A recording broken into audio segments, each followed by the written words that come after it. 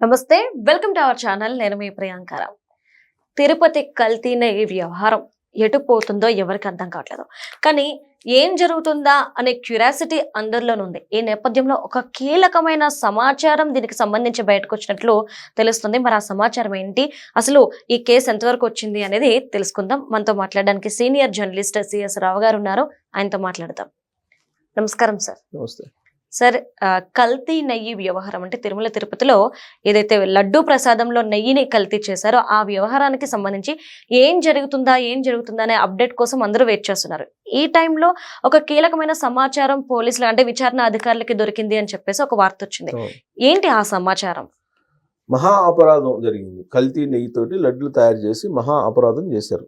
సరే, దానికి దేవదేవుడు ఆగ్రహిస్తే 11 స్థానాలకి పరిమితం అయింది. అప్పుడు ఆ పార్టీ ఆ రోజు ఉన్నటువంటి వాళ్ళు ఎవరు చేశారు ఏంటి అనేది సిబిఐ తెలుస్తుంది. అలాగే సిట్ కూడా విచారిస్తుంది సమాంతరంగా.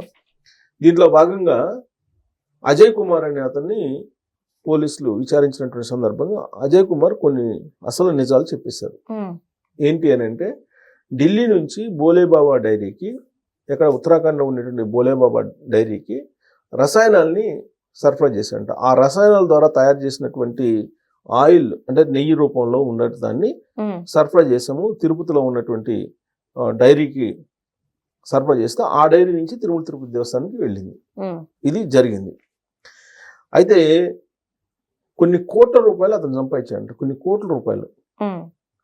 ఆ బోలేబాబా డైరీని 2022లో అది కల్తీ నెయ్యిని సరఫరా చేస్తుందని చెప్పి బ్లాక్ చేస్తే మళ్ళీ ఇంకొక పేరుతోటి మాల్గావ్ అనేటువంటి పేరుతోటి ఇంకొక డైరీని క్రియేట్ చేసి అక్కడి నుంచి సేమ్ ప్రాసెస్లో మళ్ళీ కల్తీ నెయ్యిని తిరుపతిలో ఉండేటువంటి డైరీ ద్వారా సరఫరా చేశారంట. సో ఇదంతా చూస్తుంటే నెయ్యిని కల్తీ చేశారనేది వాస్తవం. దీంట్లో ఎలాంటి సందేహం అవసరం లేదు. నెయ్యి కల్తీయే జరగలేదు అని చెప్పి వైఎస్ఆర్ కాంగ్రెస్ పార్టీ వాళ్ళు వాదిస్తున్నారు.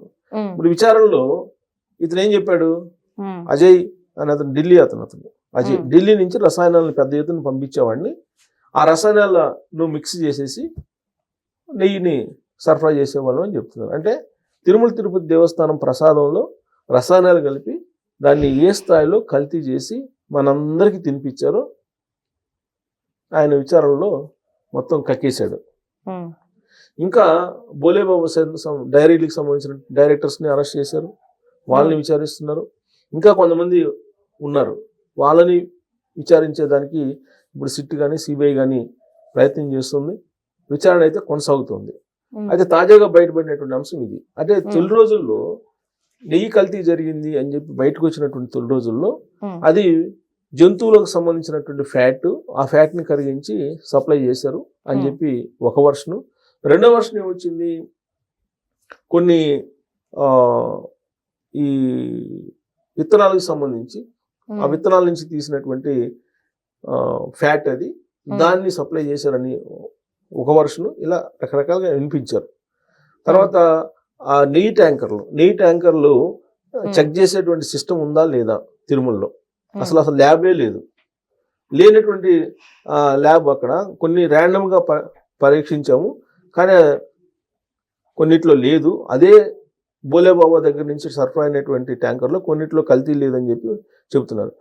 అసలు అది పనిగా కల్తీ చేశారని చెప్పి ఇప్పుడు విచారణ తేలింది. కొన్ని రసాయనాలు పంపించడం ద్వారా కల్తీ చేసామని చెప్పి చెబుతున్నారు. అసలు జంతు కళేబరాల ద్వారా తయారు చేసినటువంటి దాంతో ఈ ఫ్యాట్ని కరిగించి నెయ్యిగా మలిచాము, దాంట్లో ఇప్పుడు ఈ రసాయనాలు కల్పించి దాన్ని నెయ్యి రూపంలో మార్చాం అనేది ఇప్పుడు వెలుగులోకి వస్తున్నటువంటిది. ఒకటి మాత్రం వాస్తవం, అప్పుడు మనం అందరం ప్రసాదంగా స్వీకరించినటువంటి లడ్డు ఇప్పుడు తయారవుతున్న లడ్డుకి చాలా తేడా ఉంది. తిరుమల తిరుపతి దేవస్థానంలో చాలా మార్పు వచ్చింది అప్పటికి ఇప్పటికి. అప్పుడు తిరుమలకి వెళ్తే కనుక అసలు తిరుమలకి వెళ్ళాము అనేటువంటి ఒక మానసికమైనటువంటి ఫీలింగ్ కూడా ఉండేది కాదు. కారణం ఏంది, అక్కడ దర్శనం చేపించేటువంటి క్రమం కానీ, అక్కడ నీట్నెస్ కానీ, అసలు మీకు వెంగమ్మ తరిగొండ వెంగమ్మ అన్నదాన ఉంది కదా అక్కడ మనం భోజనానికి వెళ్తే అసలు ఆ భోజనంలో ఏముండేవి కూడా అర్థం కాని పరిస్థితి, అంత ఇదిగా ఉండేది. కానీ ఇప్పుడు ఈ ప్రభుత్వం వచ్చిన తర్వాత భోజనాన్ని నీట్గా చేశారు, నీట్గా. అలాగే పరిసరాల్ని పరిశుభ్రంగా ఉంచుతున్నారు. ఒకటి చేయాల్సింది ఏంటంటే దర్శనాలని సామాన్యులకి అందుబాటులోకి తీసుకురావడం. సామాన్యులు ఎవరు వచ్చినా సరే తిరుమలకి దర్శనం చేసుకుని వెళ్ళేలాగా వీళ్ళు చేయగలిగితే సక్సెస్ అయినట్టే. అది చేయకపోతే వీళ్ళు ఎంత నీట్గా చేసినా, ఎంత భోజనం పరిశుభ్రంగా పెట్టినా, రుచికరమైన భోజనం పెట్టినా, తీరా తిరుమల తిరుపతి దేవస్థానానికి వెళ్ళినటువంటి భక్తులు దేవదేవుని మనసారా కళ్ళారా చూడలేకపోతే ఇక వీళ్ళని ఇప్పుడు ఉండేటువంటి వాళ్ళని కూడా వీళ్ళు మాత్రం ఏం చేశారని చెప్పి అంటారు సహజంగా. కానీ అంతకు ముందు కంటే చాలా బెటర్, చాలా బెటర్. అంతకు ముందు కంటే ఇప్పుడు చాలా బెటర్గానే ఉంది. కాకపోతే చేయాల్సింది ఇంకా చాలా ఉంది. ఇప్పుడు ఫస్ట్ రాగానే గవర్నమెంట్ మారంగానే బయటపడినటువంటి అంశం ఏంది? తిరుమల తిరుపతి దేవస్థానం విషయంలో కల్తీ నెయ్యే కదా. ఈ కల్తీ నెయ్యి కారణంగా ఎంత అపరాధం జరిగిందో పవన్ కళ్యాణ్ గారికి కూడా తెలుసు. అందుకే ఆయన ప్రాయశ్చిత దీక్షని చేశాడు అక్కడ. అవును, ప్రాయశ్చిత దీక్ష చేసి ఆయన అక్కడ దేవదేవుణ్ణి ఆయన ప్రార్థించాడు. ఇలాంటి అపచారం జరిగిందా మీకు, అందుకే మేమంతా ప్రాయశ్చిత్తం. కానీ కల్తీ చేసి కూడా మేము కల్తీ చేయలేదని చెప్పి ఇవాళ కూడా వాదిస్తున్నటువంటి వాళ్ళు ఉన్నారు. ఆ కల్తీ అసలు కావాలని జరిగిందా, లేదంటే ఉద్దేశపూర్వకంగా చేశారా, లాభాల కోసం చేశారా అనేది బయటపడాలి. ఇప్పుడు ఆ రోజు ఉన్నటువంటి తిరుమల తిరుపతి దేవస్థానం చైర్మన్ కానీ, ఈఓ కానీ వీళ్ళు కదా బాధ్యులు. ఇప్పుడు వాళ్ళేమో ఆ రోజు ఉన్నటువంటి తిరుమల తిరుపతి దేవస్థానం ఈఓనేమో పోయి ఢిల్లీలో కూర్చున్నారు. ఆయన ఎవరు టచ్ చేసే పరిస్థితి లేదు. ఆ స్థాయిలో ఆయనకి ఢిల్లీలో లాబింగ్ ఉందని చెప్పి అంటున్నారు. తిరుమల తిరుపతి దేవస్థానానికి వచ్చినటువంటి న్యాయమూర్తులను కొంతమందిని ఆయన ఏ విధంగా లైజనింగ్ చేసేసి చేస్తున్నారు జగన్మోహన్ రెడ్డి గారి కోసం అనేది అప్పట్లో వచ్చినటువంటి న్యూస్. ఎవరు వచ్చినా సరే జగన్మోహన్ రెడ్డి గారి పరివారాన్ని కాపాడేలాగా ఆయన లైజనింగ్ చేసేవాళ్ళు అనేది ఆయన మీద ఉన్నటువంటి పేరు. రాజశేఖర రెడ్డి గారు సీఎంగా ఉన్నప్పుడేమో జేఈఓగా ఉన్నారు 5 సంవత్సరాలు. జగన్మోహన్ రెడ్డి గారు ముఖ్యమంత్రి అయిన తర్వాత ఆయన ఈఓగా వచ్చారు. అంటే 10 సంవత్సరాల పాటు సుదీర్ఘకాలం పాటు ఆయన జేఈఓగా ఈఓగా కొనసాగారు. సరే కొనసాగారు. మరి తిరుమల తిరుపతి దేవస్థానం ఇలాంటి కల్తీ నెయ్యి కారణంగా మహా అపచారం అయితే జరిగింది కదా. మరి దీనికి బాధ్యులు ఎవరు?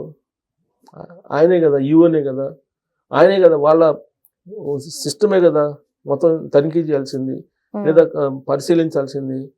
ఇది ప్రభుత్వం మారి అప్పుడు కనుగొనేంత వరకు కూడా అదే సప్లై అవుతుంది కదా. ఈ ప్రభుత్వం మారిన తర్వాత ఒక నెలకో ఏమో బయటపడింది, అదే నెయ్యి సప్లై అవుతూ వచ్చింది కదా.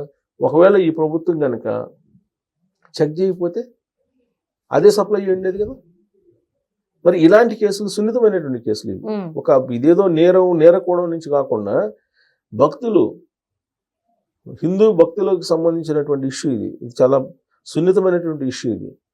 మరి ఈ కేసులో గందరగోళంగా మా ప్రమేయం లేదు, కావాలని కుట్ర పడినారు, ఇప్పుడున్న ప్రభుత్వం కుట్ర చేసింది, కావాలని కేసులు మోపుతుంది అని చెప్పి వాళ్ళు వచ్చి మీడియా ముందు మాట్లాడుతున్నారు. అందుకే సిబిఐ కూడా టేకప్ చేసింది ఈ కేసుని. సిబిఐ కూడా టేకప్ చేసి సిబిఐ విచారిస్తున్నటువంటి క్రమంలో అజయ్ కుమార్ అనే అతను క్లియర్గా విచారణలో ఒప్పుకున్నారని చెప్పి లేటెస్ట్ అప్డేట్. ఆయన ఒప్పుకున్నది ఏంటి? మేము పెద్ద ఎత్తున ఢిల్లీ నుంచి బోలేబాబా డైరీకి రసాయనాలను పంపించేవాళ్ళమి, ఆ రసాయనాల ద్వారానే తయారు చేసిన నెయ్యి సరఫరా చేశారు అనేది ఆయన ఒప్పుకున్నారు.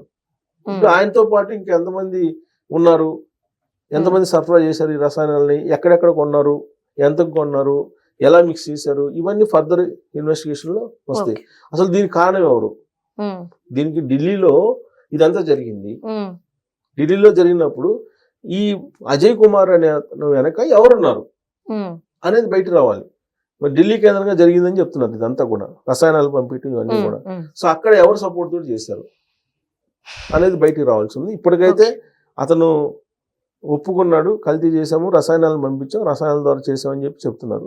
దీని వెనక సూత్రధారులు ఎవరు, పాత్రధారులు ఎవరు, ఇవన్నీ బయట రావాల్సింది. Okay, right. Thank you so much sir.